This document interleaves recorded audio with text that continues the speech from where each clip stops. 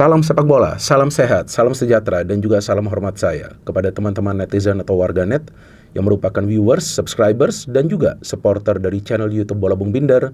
Selamat bergabung kembali teman-teman, dan di konten terbaru hari ini sudah jelas dan pasti, dan tentunya sesuai dengan permintaan dari teman-teman, saya ingin memberikan analisa atau review dari pertandingan ketiga Dewata Challenge Series 2026 yang diselenggarakan di Bali antara tuan rumah Bali United melawan Persib Bandung, yang berakhir untuk kemenangan Persib Bandung secara dramatis dengan skor tipis 2-3.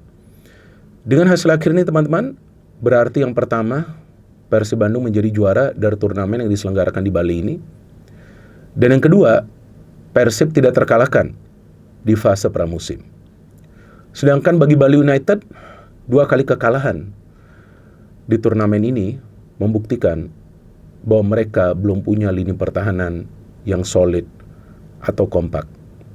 Karena di 2 pertandingan tersebut, Bali United total kemasukan 5 gol.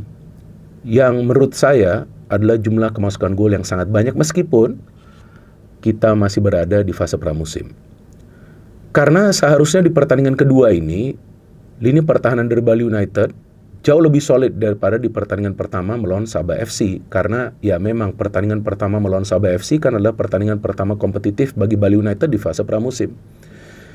Memang ada pemain dari Bali United yang mendapatkan kartu merah, Thomas Lam. Tapi sebetulnya dengan 10 pemain pun Bali mainnya cukup baik. Cuma kan ya kalau kita perhatikan ada kesalahan yang dilakukan oleh para pemain Bali United yang bisa dimanfaatkan oleh para pemain Persib. Contoh, yang gol pertama penalti itu Maklok kan, ada kesalahan, jika saya tidak salah, dari pemain baru mereka yaitu Remco Balk yang mendorong bola menuju ke dalam kotak penalti, dan di sana ketika William Barros coba untuk mendapatkan bola, dia dilanggar oleh Thomas Lam.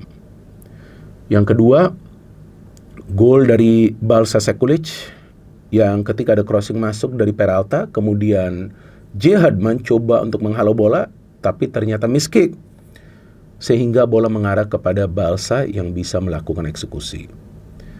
Padahal Bali lebih awal mencetak gol kan melalui sebuah proses kerjasama yang sangat rapi, bahkan menciptakan kepanikan di ruang pertahanan Persib.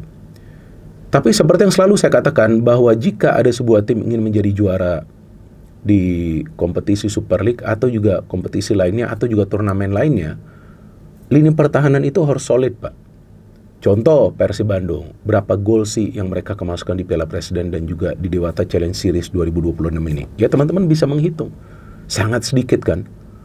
Walaupun di pertandingan semalam tuh para pemain Bali bisa menciptakan lebih banyak peluang ke arah gawang dari Persib yang kali ini dikawal oleh Fitra Maulana. Kenapa? Ya karena memang rotasinya besar-besaran dilakukan oleh Igor Tolic di starting lineup. Dan memang itu sah-sah saja di fase pramusim untuk memberikan menit bermain kepada hampir semua pemain yang gabung ke skuad Persib untuk berjuang nanti musim depan di 4 kompetisi yang berbeda.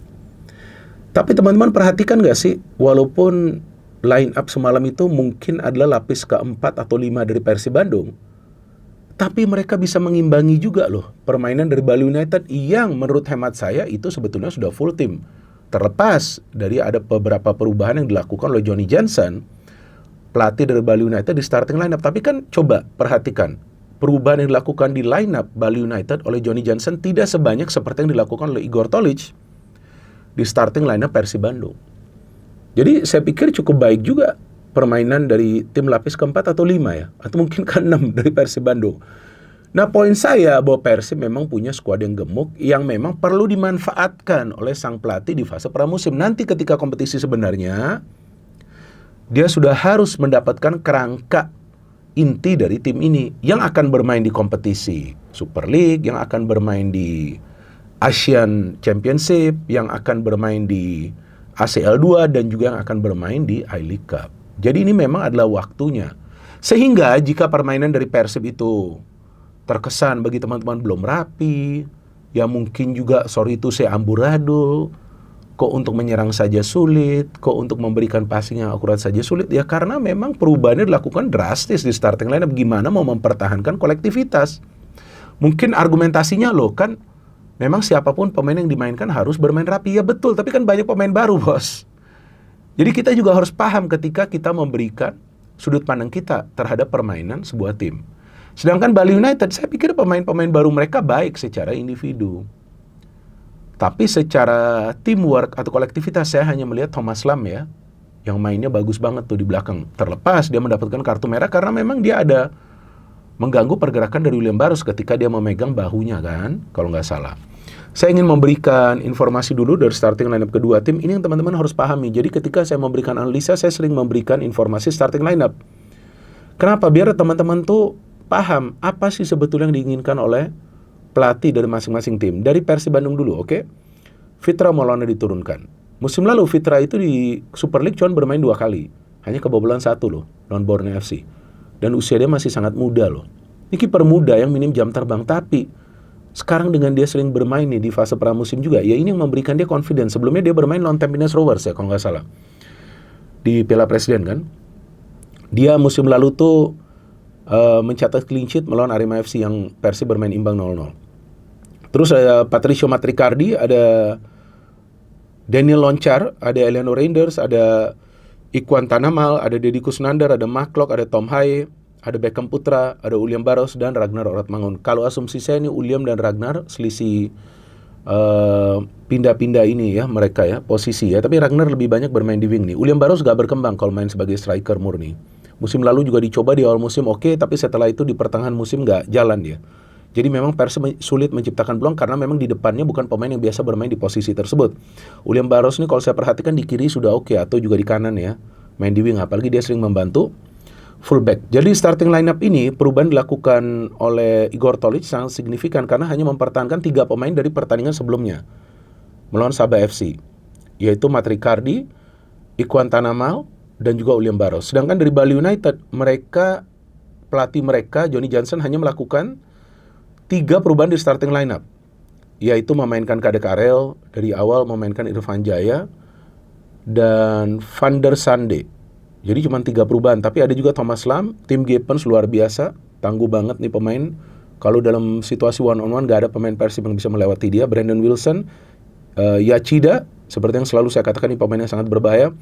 Queven ini saya suka ya, pemain asal Brazil, skillful. Timon Hoppel, luar biasa tuh dia naik turun. Balk oke, tapi saya belum melihat kemampuan terbaik dia dari Irfan Jaya dan juga Van der Sande.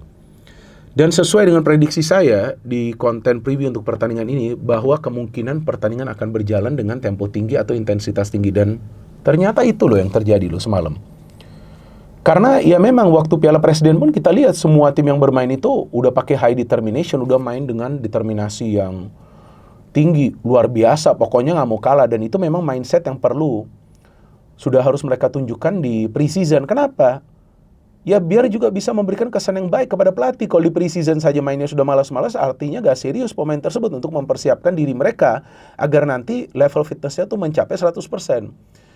Tapi ya juga coba menahan emosi kan, itu yang lebih penting gitu. Kalau memang mau main agresif, mau main dengan tempo tinggi, ya itu wajar karena kan mau mengembalikan level fitness mereka, tapi jangan main pakai emosi. Nah itu yang saya sangat sayangkan tuh semalam ketika ada ya rame-rame lah, mungkin saling dorong-mendorong kan buat apa? Memang ketika sebetulnya tuh harusnya bola fair play kan. Tapi saya pikir kan hal seperti itu bisa dibicarakan ya. Dan wasit yang seharusnya memegang kendali gitu, sangat disayangkan juga.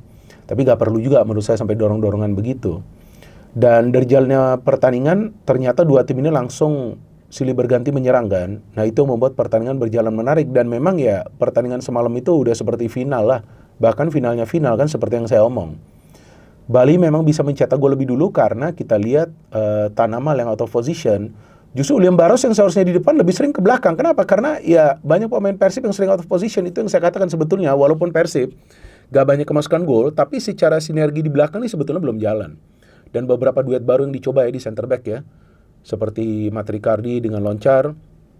Kemudian juga sempat Loncar dengan Mutombo. Sampai sempat juga Kakang dengan Loncar. Oke juga Loncar walaupun first game ya. Jadi jangan dinilai dulu ini pemain bawah, ini pemain bagus. Gak bisa. Dan juga ini fase pramusim. Jadi seperti yang saya katakan dan saya tegaskan dan saya ulangi lagi. Ini masih fase pramusim. Bahwasannya Persib menjadi juara ya layak dong kalau mau selebrasi supporter dari Persib. Tapi juga jangan over. Karena kompetisi sebenarnya nanti loh. Ada 4 kompetisi loh. Dan Persib di ACL 2 itu kan gabung ke grup yang sangat amat berat. Nah, saya belum mau memberikan analisa itu karena menunggu nanti setelah pertandingan Persib melawan Manila Tiger baru lebih enak lah. Kita nanti bahas kan lawan-lawan dari Persib di grup tersebut ya, di ACL 2. Yang kalau nggak salah September sudah mulai nanti kan, sudah mulai main mereka. Jadi memang tuh Bali tuh bisa mencetak gol karena ada pemain yang out of position, yaitu Ikhwan Tanamal. William Barros gak bisa mengimbangi kecepatan dari Tymon Hoppel di situasi one on one ketika dia agak terlambat membaca pergerakan dari Tymon Hoppel. Bola masuk, kemudian ada bola rebound, dan di sana ada Brandon Wilson yang mencetak gol. Kalau nggak salah terkena salah satu pemain Persib, gak jelas tuh siapa. Tapi tidak lama kemudian kan pressure dari Persib ini memang luar biasa, bagus, ya kuat. Dan Persib memang tidak banyak kan bisa menciptakan peluang ya, di babak pertama cuma Ragnar. Karena memang defense dari Bali ini oke, bagus, cuman kadang-kadang mereka sering membuat kesalahan tuh. Itu problem mereka sebetulnya. Karena musim lalu, jika teman-teman perhatikan di klasemen akhir Super League, dari tim-tim yang berada di zona papan tengah, Bali itu paling banyak kemasukan gol. Jika saya tidak salah, kemasukan 48 gol, kebobolan 48 gol dari 34 pertandingan. Itu jumlah paling banyak bagi tim yang berada di papan tengah. Peringkat nomor 8 kan Persib. Kan 1 sampai 5 itu ya kita anggap di papan atas ya. Tapi kalau udah 8 kan udah papan tengah ya. Jadi ini harus dibenahi oleh Johnny Johnson. Walaupun Mike Hopmeyer akhirnya tuh di babak kedua banyak save yang dia lakukan kan. Tapi ketika Bali sudah unggul, saya pikir udahlah ini kayaknya berat nih bagi Persib. Ya minimal juga mereka akan draw kan gitu kan. Saya pikir kan demikian. Tapi ketika ada kesalahan, bola terdorong ke kotak penalti. Nah di sana William Barros dilanggar. Ya itu wasit tegas langsung memberikan kartu merah. Ya kalau gak tegas nanti pada marah. Ya kan kalau tegas marah juga. Jadi ya saya pikir biarkan wasit melakukan tugasnya. Tapi nanti setelah itu kalau kita menganggap tidak wajar ya bolehlah kita memberikan kritikan. Dan McClough dengan sangat dingin menyelesaikan penalti tersebut. Tapi tiba-tiba kita lihat ketika Joao Ferrari masuk kan untuk menambal kekurangan di belakang. Ternyata ada free kick. Saya udah mengatakan tuh ini bahaya waktu saya siaran kan di Indosiar. Dan betul Yachida ini memang gila loh ini pemain Jepang ini. Sekali itu dia pernah melewati 4-5 pemain Persib akhirnya dilanggar. Dan dia bisa mencetak gol ya dengan sundulan kepala, bagus sekali itu. Dia mencetak gol untuk membawa timnya unggul. Dan saya kira udah nih Persib mau gimana lagi, gimana mau mencetak gol. Apalagi dengan 10 pemain, Bali juga mainnya bagus. Fighting spiritnya luar biasa, itu fakta lah. Cuma Persib kan punya kedalaman skuad yang berkualitas. Jadi setiap tim tuh sebetulnya punya kedalaman skuad, tapi belum tentu, bukan artinya tidak, tapi belum tentu punya kedalaman skuad yang berkualitas seperti sekarang kita lihat di Persib. Jadi ketika pemain-pemain lain mulai dimainkan yang kemungkinan akan menjadi pemain inti di kompetisi sebenarnya musim depan, barulah mulai jalan tuh permainan dari Persib. Dengan Balsa bisa mencetak gol ketika ada kesalahan dari Herdman, dan kita lihat ini sih gol berkelas ya. Bahkan Sadil pun bermain baik walaupun dia membutuhkan beberapa menit untuk bisa beradaptasi dengan intensitas permainan. What a cross. Saya selalu berharap bahwa pemain-pemain lokal kita itu berkembang di liga kita. Nah Sadil nih sudah diberikan kesempatan dan dia proof, dia buktikan dia bisa kasih kontribusi. Itu yang saya harapkan dia pertahankan. Sadil ini pemain yang bagus loh sebetulnya. Tinggal bagaimana dia bisa mempertahankan performa dia. What a cross. Ini crossnya luar biasa, melengkung. Di sana ada Mutombo, gila ya. Sebelumnya Mutombo melakukan pelanggaran kan. Udah dapat kartu kuning. Jadi ketika dia sudah mencetak gol, dia over celebrate. Kalau nggak salah dia menendang bendera sepak pojok kan. Ya kemudian itu over selebrasi mendapatkan kartu kuning kedua. Tapi dia juga sudah mencetak gol tuh, sudah injury time kalau nggak salah. Sebelumnya kan 8-8 ya, Balsa mencetak gol. Jadi udah kemungkinan Persib menang lah ini game. Dan ternyata betul menang 2-3. Ini dramatis, memang comeback lagi, remontada lagi, top Persib. Tapi masih ada banyak kekurangan. Apa saja kekurangan? Yaitu sirkulasi bola yang kadang-kadang terlambat ke depan ketika tim bermain dengan low block. Bali United main dengan low block ketika mereka bermain dengan 10 pemain. Itu agak terlambat. Bagaimana caranya mereka bisa membuka low block tersebut? Ya ini hanya menurut saya, mungkin juga saya salah, kan yang lebih tahu itu Igor Tolic. Tapi kalau saya lihat caranya itu bagaimana? Caranya itu sebetulnya dengan skill individu. Nah tapi saya tidak melihat pemain Persib mengandalkan skill individu di tengah, karena Peralta kali ini mainnya kan di wing juga. Nah mungkin nanti ketika dia bermain di tengah ada skill individu, atau mungkin ketika Bergunio ada tuh, nah itu kan bisa menarik pemain tim lawan, baru crossing bisa diberikan seperti Sadil yang berikan, sehingga Persib bisa mencetak the winning goal sebelum pertandingan berakhir. Dan setelah itu kita tahu ada wording dan Persib mendapatkan gelar juara di fase pramusim. Itu sangat baik tentu bagi mentality para pemain. Tapi ya kalau kita bicara soal mentality, ya sepertinya pemain manapun yang gabung ke Persib tuh mentalnya udah mental juara ya. Pokoknya mau menang, mau menjadi juara ya. Itu saya pikir adalah tanda-tanda yang sangat positif, dan tinggal kita tunggu nanti Persib di playoff di ACL 2 dan Bali United. Saya ingin agar tim ini lebih berkembang.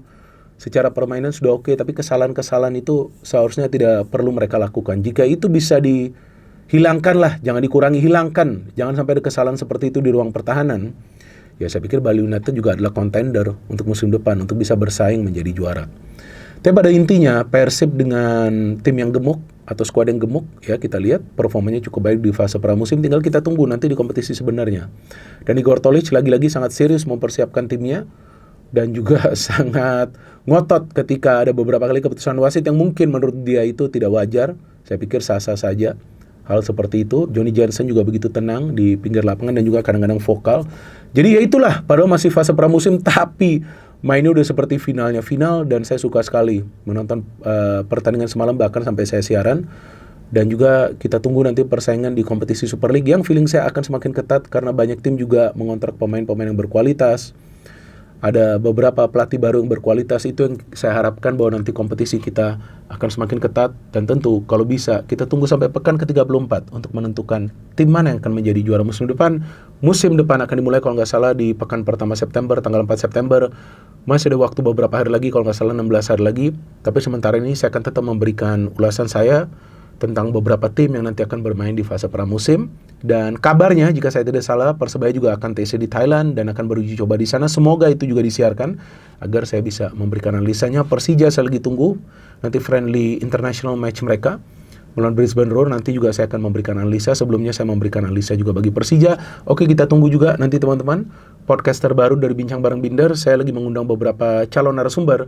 Jika ada yang siap, nanti tentu podcast tersebut akan tayang pada malam minggu untuk teman-teman nikmati. Saya ingin berterima kasih lagi kepada teman-teman yang memberikan dukungan kepada channel YouTube Triple B, karena hingga hari ini jumlah subscribers kita sudah mendekati 1.350.000.